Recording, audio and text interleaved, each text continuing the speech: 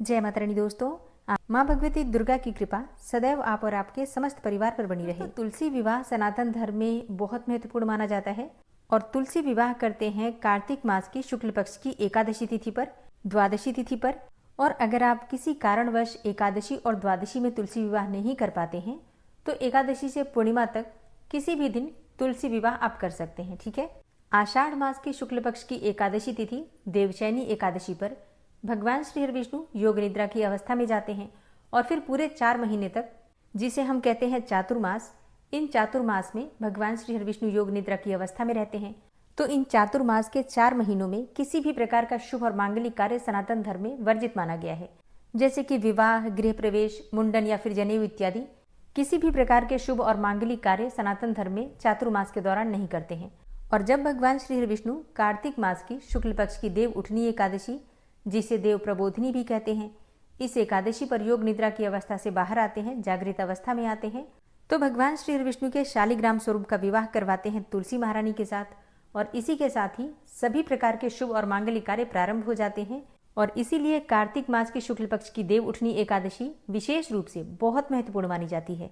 तो आज की वीडियो में आप जानेंगे कि साल 2025 में तुलसी विवाह कब है और तुलसी विवाह करने का शुभ मुहूर्त कब है, किस प्रकार से तुलसी विवाह संपन्न करें, तुलसी विवाह की पूजा विधि क्या है, एकादशी तिथि कब प्रारंभ हो रही है, कब समाप्त हो रही है, और अगर आप एकादशी का व्रत करते हैं तो आपको व्रत कब धारण करना है, पारण करने का यानी कि व्रत खोलने का शुभ मुहूर्त क्या है। और कई भक्त हैं जो कि भीष्म पंचक का व्रत करते हैं, मतलब पूरे कार्तिक मास में अगर आपने व्रत नहीं किया है, स्नान नहीं किया है या फिर दान नहीं किया है, तो कार्तिक मास के जो अंतिम 5 दिन होते हैं ये बहुत महत्वपूर्ण होते हैं। अगर आप इन 5 दिनों में व्रत करते हैं, पूजा पाठ करते हैं, धर्म करते हैं, दान पुण्य करते हैं या फिर स्नान करते हैं, तो कार्तिक मास के पूरे स्नान का फल आपको प्राप्त होता है। तो ये दिन बहुत महत्वपूर्ण होते हैं। तो अगर आप भीष्म पंचक का व्रत करना चाहते हैं तो भीष्म पंचक का व्रत, पंचभीखु का व्रत कब से प्रारंभ करना है, तो ये संपूर्ण जानकारी आपको आज की वीडियो में शेयर करने वाली हूँ। बहुत महत्वपूर्ण है आज की वीडियो, पूरा जरूर देखिए।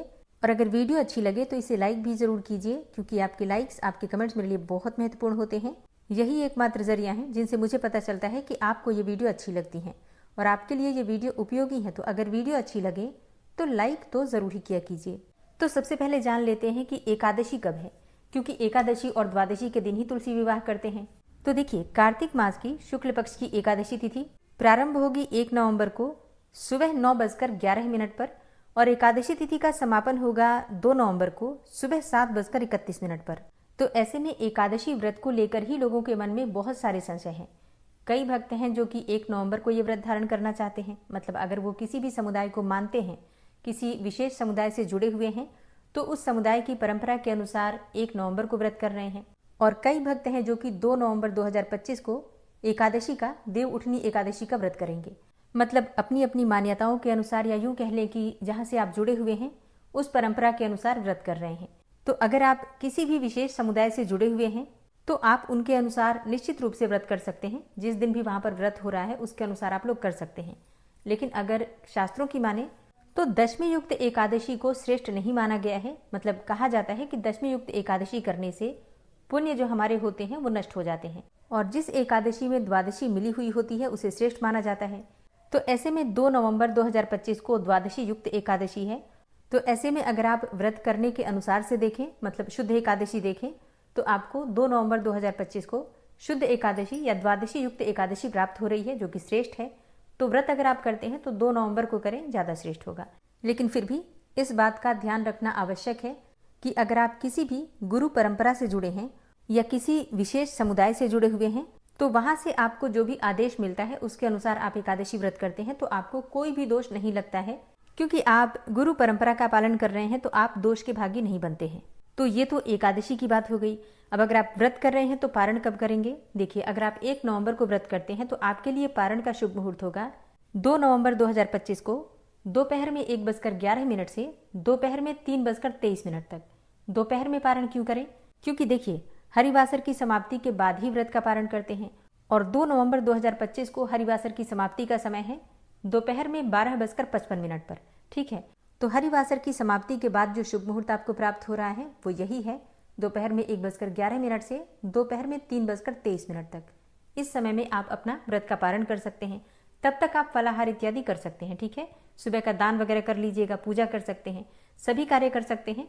लेकिन अन्न का जो पारण होता है वो आप करेंगे इस शुभ मुहूर्त में। ठीक है, और अगर आप 2 नवंबर को व्रत धारण कर रहे हैं तो आपके लिए पारण का शुभ मुहूर्त है 3 नवंबर 2025 को सुबह 6:34 से सुबह 8:40 तक पारण करने का यही शुभ मुहूर्त है। इस शुभ मुहूर्त का ध्यान रखिएगा, क्योंकि देखिए द्वादशी तिथि आपके पारण करने से पहले ही समाप्त हो जा रही है। मतलब द्वादशी तिथि का प्रारंभ होगा 2 नवंबर को सुबह 7:31 पर और द्वादशी तिथि के समापन का समय है 3 नवंबर को सुबह 5:07 पर। तो सूर्योदय से पहले द्वादशी तिथि समाप्त हो रही है, इसलिए सूर्योदय होने के तुरंत बाद जितनी जल्दी हो सके आप अपने व्रत का पारण कर लीजिएगा। ठीक है, और अब जानते हैं कि तुलसी विवाह कब करना है। देखिए, तुलसी विवाह आप 1 नवंबर को भी कर सकते हैं, क्योंकि तुलसी विवाह के लिए शुभ मुहूर्त उस दिन भी आपको प्राप्त होगा, शनिवार भी है। और व्रत करने के अनुसार देखें तो वो द्वादशी युक्त एकादशी है, लेकिन वैसे पूजा पाठ के लिए शुभ दिन है, बहुत अच्छा दिन है। ठीक है, तो शाम को भगवान श्री विष्णु को जगाकर और तुलसी विवाह संपन्न कर सकते हैं। ठीक है, 1 नवंबर को भी और 2 नवंबर को भी आप तुलसी विवाह कर सकते हैं। लेकिन 2 नवंबर को अगर आप तुलसी विवाह करते हैं तो थोड़ा सा सबके मन में संशय होता है कि रविवार के दिन तुलसी विवाह कैसे करें, क्योंकि रविवार को तो हम तुलसी छूते भी नहीं हैं, पूजा भी नहीं करते हैं। लेकिन यहाँ आपको ध्यान देना है। देखिए, तुलसी विवाह और शालिग्राम का विवाह कोई साधारण विवाह नहीं है, तो इनका विवाह संपन्न करने के लिए दिन की आवश्यकता नहीं है। तिथि के अनुसार देखा जाता है किस दिन हम तुलसी विवाह कर सकते हैं।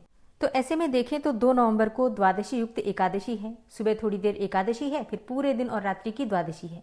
और द्वादशी में तुलसी विवाह करना श्रेष्ठ भी माना जाता है, तो आप रविवार को भी तुलसी विवाह कर सकते हैं, तुलसी का स्पर्श कर सकते हैं, सभी पूजा के नियम आप कर सकते हैं और कोई भी दोष आपको नहीं लगेगा। अब बात करें तुलसी विवाह के शुभ मुहूर्त के बारे में, तो देखिए ज्यादातर तुलसी विवाह गोधूली मुहूर्त में करते हैं, शाम को सूर्यास्त के समय। तो ऐसे में तुलसी विवाह के लिए शाम का समय उपयुक्त होता है, जैसे कि शाम को 5:34 से शाम को 7 बजे तक आप तुलसी विवाह कर सकते हैं। चाहे आप 1 नवंबर को करते हैं, 2 नवंबर को करते हैं, या फिर अगर आप किसी भी कारणवश 1 या 2 नवंबर को नहीं कर पाते हैं, एकादशी और द्वादशी में नहीं कर पाते हैं, तो फिर त्रयोदशी में भी कर सकते हैं और पूर्णिमा को भी कर सकते हैं। ऐसा कहा जाता है कि एकादशी से लेकर पूर्णिमा तक किसी भी दिन तुलसी विवाह संपन्न कर सकते हैं। तो मान लीजिए आपको पीरियड्स की अवस्था है, आप नहीं कर पा रहे हैं, तो आप इन दिनों में कोई भी दिन जो आप शुद्ध होते हैं उस समय में तुलसी विवाह कर सकते हैं। तुलसी विवाह के लिए विशेषकर गोधूली मुहूर्त लिया जाता है, लेकिन ऐसा बिल्कुल भी नहीं है कि आप दिन में या फिर सुबह के समय तुलसी विवाह नहीं कर सकते हैं। आप बिल्कुल कर सकते हैं। सुबह ब्रह्म मुहूर्त में भी तुलसी विवाह किया जा सकता है, जैसे कि सुबह 4:30 से सुबह 5:30 तक। जब आप पूजा आराधना करते हैं तुलसी महारानी की, तो उस समय भी तुलसी विवाह आप कर सकते हैं। चाहे तो सुबह सूर्योदय के समय, जैसे कि प्रातः संध्या जिसे कहते हैं, जो लगभग सुबह 5:24 से सुबह 6:39 तक रहेगी, उस समय भी तुलसी विवाह आप कर सकते हैं। अमृत काल का समय भी श्रेष्ठ होता है और अभिजीत मुहूर्त में भी तुलसी विवाह किया जा सकता है। ठीक है, तो आप अपनी सुविधा के अनुसार देखिए, समय के अनुसार देखिए। जैसे कि बहुत से लोग हैं ऑफिस जाते हैं, शाम को समय नहीं है, क्या सुबह कर सकते हैं? हाँ जी, बिल्कुल कर सकते हैं। ठीक है, तुलसी विवाह कैसे करते हैं? बहुत आसान विधि है। जिस दिन आपको तुलसी विवाह करना है, सबसे पहले जिस स्थान पर तुलसी विवाह करना है उसे साफ कीजिए और वहां पर थोड़ा सा सजा लीजिए। रंगोली इत्यादि बना सकते हैं, गेरू से या फिर कोई भी रंग हो रंगोली से, तो आप उससे भी बना सकते हैं। तुलसी महारानी को किसी भी ऊंचे स्थल पर विराजित कीजिए। आप चाहें तो चौकी पर कर सकते हैं या फिर बहुत अच्छा सा मंडप तैयार कर सकते हैं अगर आपके पास समय हो तो। गन्ने से आप मंडप तैयार कीजिए तुलसी महारानी के लिए, चौकी पर तुलसी महारानी को विराजित कीजिए, शालिग्राम को विराजित कीजिए और फिर जैसे हल्दी मेहंदी हम करते हैं ना नॉर्मल विवाह में, उसी प्रकार से तुलसी महारानी को शालिग्राम को हल्दी लगाइए। हल्दी में थोड़ा गंगा जल मिला लीजिए, गुलाब जल मिला लीजिए और तुलसी महारानी की जड़ में पत्तों में भी हल्दी लगाइए। फिर शालिग्राम को भी हल्दी लगाइए। इसके बाद स्नान करवा दीजिए पंचामृत से, गंगा जल से, शुद्ध जल से अभिषेक कीजिए और फिर आपको थोड़ा सा मेहंदी भी तुलसी जी को जरूर लगाना है। इसके बाद सुंदर श्रृंगार कीजिए तुलसी महारानी का और शालिग्राम का। इसके बाद पीले पुष्पों की माला तुलसी महारानी से स्पर्श कराकर शालिग्राम को अर्पित कीजिए और शालिग्राम से लाल पुष्पों की माला स्पर्श कराकर तुलसी महारानी को चढ़ा दीजिए। फिर इसके बाद धूप दीप अक्षत पुष्प अर्पित करके विधि विधान से पूजा कर लीजिए। ठीक है, भोग लगा दीजिए फल और मिठाइयों का जो भी आपके पास उपलब्ध हो। सुंदर गीत गाना होता है, आप चाहें तो मोबाइल पर चला सकते हैं या स्वयं से भी कोई गीत कोई मंत्र इत्यादि गुनगुनाते हुए पूजा कर सकते हैं। परिवार के सभी सदस्य एकत्रित होकर पूजा करते हैं तो ज्यादा श्रेष्ठ होता है। बाकी बहुत से लोग अकेले ही रहते हैं तो अकेले भी कर सकते हैं। इसके बाद जब पूजा पूर्ण हो जाती है आपकी, तब आप चाहें तो फेरे करवा सकते हैं।